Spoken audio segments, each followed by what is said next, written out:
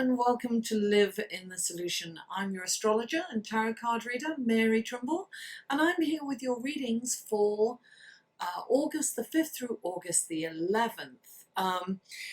This is the introduction. These are general readings, guys. So if you would like a personal, more tailored reading, please go to my website. There will be a link coming out here somewhere, or you can get the link through the show more section below. They are for your sun, moon and rising, so all the other links to the other videos will be below also. These readings come in 3 sections: the intro, the astrology report, and then the tarot readings. And there will be timestamps to skip the intro and the astrology if you are checking out your sun, moon and rising. I will put the intro on the front at the beginning of each video. Now listen, I must apologize to you guys. It's been a very difficult time for me, so I haven't put any videos up since my birthday, I don't think. I am going through a very challenging transit in my house of health, and so I've been taking care of some things there, and I've had to put I haven't had a lot of energy, and what energy I've had to put into that, and also trying to create income. So I've had to, although I really love doing these videos and I really wanted to, I just haven't had the energy or the time to do it. So please forgive me for that, and I really hope that you guys will like, share, comment and subscribe if you haven't already. I know I've lost quite a lot of subscribers in the last 3 weeks, 2 to 3 weeks. So anyway, listen, a way to support this channel, apart from the liking, sharing, commenting and subscribing, is to check out my Patreon page. And I post things there that I don't post everywhere else. And the last 3 weeks, I admit I haven't done very much posting at all. I really haven't been able to. Now, I do. So check out my Patreon page. All the links to everything will be below. Now, I also have a Facebook group, and I have been managing to I do a live at 5 every other week, every 2 weeks. It's really, I try to correlate it with the new moon and the full moon, right? So every 2 weeks I do a live at 5. I'm recording this on Wednesday, this intro anyway, and that's the new moon in Leo. So I did a live video in the Facebook group. Now it's a private group or a closed group, and you can request to join that, and I do that. I also do readings, so I answer questions. When I do those live videos, I talk about how this, the new moon or a transit is affecting you, and which house and which area it's affecting you. So if you attend and you give me that, I go over the chart and we talk about it. And then I answer questions on my tarot card there. So you might want to join that. What else? Yes. I'm so glad to be back, guys. I really do appreciate you. If you are new, welcome. I hope you enjoy these readings and that you come back. And if you are returning, I really, really appreciate you. Thank you so much for being loyal and for supporting this channel. I really appreciate that. So without further ado, let's go to the astrology report, shall we? Hello and welcome to the astrology section of your reading. And the first aspect that we have is on Wednesday the 7th, and the sun is trine to Jupiter. What does that mean? It means that the sun is in a harmonious relationship with Jupiter. The sun is about creativity, it's energy. So your energy, you'll have abundant energy. Depending on where this lies in your chart, for instance, in Aries, it's about fun, it's about entertainment, and it's about spirituality and long distance travel, kind of with the family. So there's a lot going on there. It is a beautiful energy. Jupiter is the planet of abundance, bigger, better, more. So this is a lovely energy on Wednesday. Now, going into Thursday on the 8th, we then have Venus trine to Jupiter. Now, Venus is the planet of love. It's the planet of relationships. It's the planet of beauty. It's like the appreciation of art and music. And of course, Jupiter's the planet of abundance. So that also depends on where it lands and which area that you are receiving this wonderful, harmonious relationship between these two planets. How are you receiving it? Well, you might want to get a reading to find that out. And that information is below. Now, on the 11th, on Sunday, Jupiter stations direct. That means it slows down. So also that really affects this trine earlier in the week, because Jupiter's a very large planet and it's slowing all the way down. And when a planet slows down, everything, all the qualities of that planet are enhanced and amplified, if you will. So as it stations and that it comes to a stop and it gets ready to go direct, this is going to be lovely when this goes direct. However, on the same day, we have a lot going on. Sunday's a very busy day. So we have Jupiter stationing direct. It's been retrograde and it's going to go direct. And then we have Uranus stationing retrograde. So Uranus is the planet of surprises, sudden happenings, and there's been a lot of change for people. I mean, people are going through many changes. Well, when Uranus goes retrograde, this is a time to it's a breather. It's like, okay, we need to reassess what's going on in our lives. We need to prepare, because in 5 months, Uranus will go direct again, sometime in January. I think it's January the 11th. It goes direct. So it's literally 5 months. So when this planet goes direct, during this time, we're going to look at our lives. We're going to see what needs to be changed. We're going to prepare ourselves for a change when it starts going direct again. Uranus is going to have many changes during this time. Uranus is about electricity. It's about progression. It's also about us being our unique selves. How can we be our authentic selves and be unique and be comfortable with that?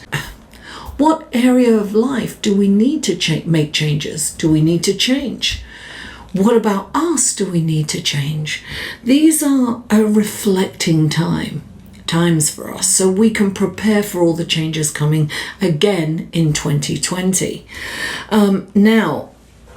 Mercury moves into Leo on Sunday too. So this is also coming from a place of, it's been in Cancer. And Cancer is very emotional based, right? So, your thoughts have been very emotional. There's been some fear there. When Mercury moves into Leo, we have a chance to be heart-centered. We have a chance to choose a better feeling thought. Leo is all about being heart-centered. It's about being magnanimous. We are going to feel energized. Our mind will feel a little more energized. The only thing about Mercury in Leo is that we tend to see the bigger picture and not so much see the details. So we might want to be aware of that, and we might want to pay attention to the details or hone our excitement back in, because it's exciting thoughts, it's energized thoughts, big thoughts, creative thoughts. It's a wonderful creative energy. It's wonderful for writing, for the visual arts and things like that. So that's a very busy week astrologically for us all. So without further ado, let's go to your tarot card, shall we? Hello Aquarius, and welcome to the tarot card section of your reading. Aquarius, Aquarius. This is the last shuffle for your benefit. And this is for lovely Aquarius. What wonderful blessings, guidance, helpful information can you give Aquarius for this coming week for August the 5th through August the 11th?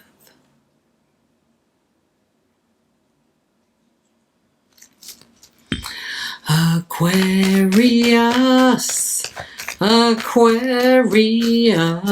Here we go, darling. 3 cards for Aquarius, please. 3 cards for Aquarius.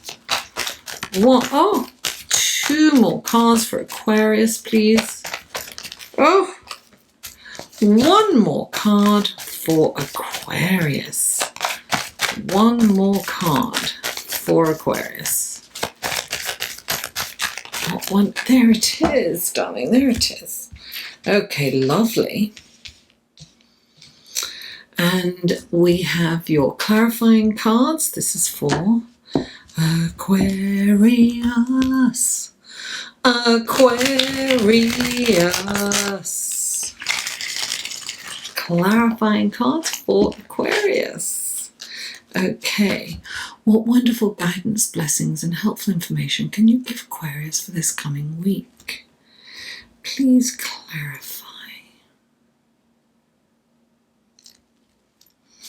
Please clarify.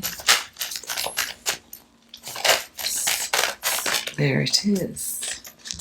Please clarify. Oh, darling, so many. Oh, and please clarify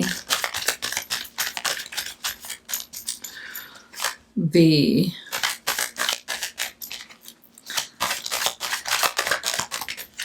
very good. Oh, very interesting. Okay, so let's go to your cards. Take a look at your cards. Okay, the first card out for you is the 4 of Swords. Then you have the Ace of Pentacles. Then you have the 3 of Wands. Clarifying the 3 of Wands is the 5 of Swords and the Star card. Then you have the Fool, and clarifying the Fool is the 3 of Wands yet again. Yes. Okay, the first card out for you, Aquarius, is the 4 of Swords. The 4 of Swords is really a warning for you to take a rest. Maybe you're not sleeping, maybe you're worrying about something, but this is complete, it's almost like mental exhaustion that has affected you physically, because when you're mentally exhausted, you definitely become physically exhausted. Get some rest. I always say, listen, meditation, 20 minutes of meditation is like a 3-hour nap. So, if you can't get the sleep, you really need to get the sleep. I'm getting that. You've got to get to bed early. You've got to really, force yourself to rest. Get out of your head. And this is, look, you've got the Ace of Pentacles, so you have an opportunity here, and oh, I'm getting goosebumps with that, but you will miss it if you're really tired. Oh yes, it's a lovely, lovely opportunity that's coming in for you. You've got to be alert. If you're exhausted, you're going to miss it. So it's an urgent message to get enough sleep so that you can take advantage and recognize this opportunity that comes to you. Now, the next card is the Three of Wands, and it's like his ships come in, darling. This reminds you, it always reminds me of Jupiter, right? It's expansion.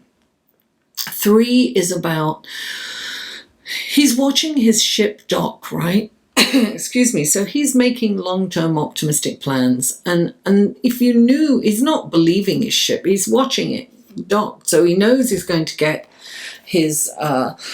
excuse me, he knows he's going to get his cargo, and so he's really making long-term optimistic plans. This is like your ship's coming in, darling. You really need to be in that space of knowing your ship's coming in, acting as if your ship is in.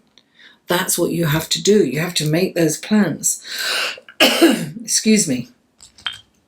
Now, you have 2 cards here. You have the 5 of Swords. Excuse me, I need some water. You have the 5 of Swords, and the 5 of Swords is about winning a battle, but kind of humiliating the other person, you know, saying, oh, you know, you're wrong. It's okay. This is like a dog with a bone. It's a conflict. I don't know who started it. Could have been you. It could have been somebody else. But this is like you needing to prove that you are right. And it's not letting go, even when you know you're wrong. It's, you know, my granddaughter does that. She's Aquarius. You'll say something to her, she'll go, okay, you know, I didn't do anything. Anyway, I tell her that's her theme tune. I didn't do it. Lying naked on the bathroom floor. Na, na, na, na, na, na, na. I didn't do it. It wasn't me. This is kind of, this is, yeah, okay, so it's that need to be right. And so right at any cost, right? So this can be humiliating the other person. It's putting the other person down. It's winning a battle in that's not a very nice way to do it. Now, what you have to understand is sometimes you don't have to win every battle, Aquarius. You can let that go. Allow the other person. Sometimes you've got to let the other person win. In doing so, you are going to, it's going to be a really deep healing for you. Look, the Star card is a deep healing, but the Star card also kind of sprinkles light where there was once darkness. The Star card will show you a path forward. So by allowing this person to win the battle, it doesn't mean you can't win the war, but just give them a bone, throw them a bone, let them win. Sometimes there's a lot of strength and a lot of courage in saying, you know what, you were right. You were right. To say that, there's so much power. It's like, don't be defensive and don't attack someone and insult. It's almost like you can insult someone to win this battle. Let them win it. This is not worth the energy, and you are going to come out on top if you allow them to win. So whatever conflict is going on in your life, it's let it go. Let them pick up the win this time. Doesn't mean that they have to win every time, but it's important to choose your battles. Choose your battles. You know, give a little. Now, the next card you have is the Fool, and the Fool is a new beginning. There is a new way forward here.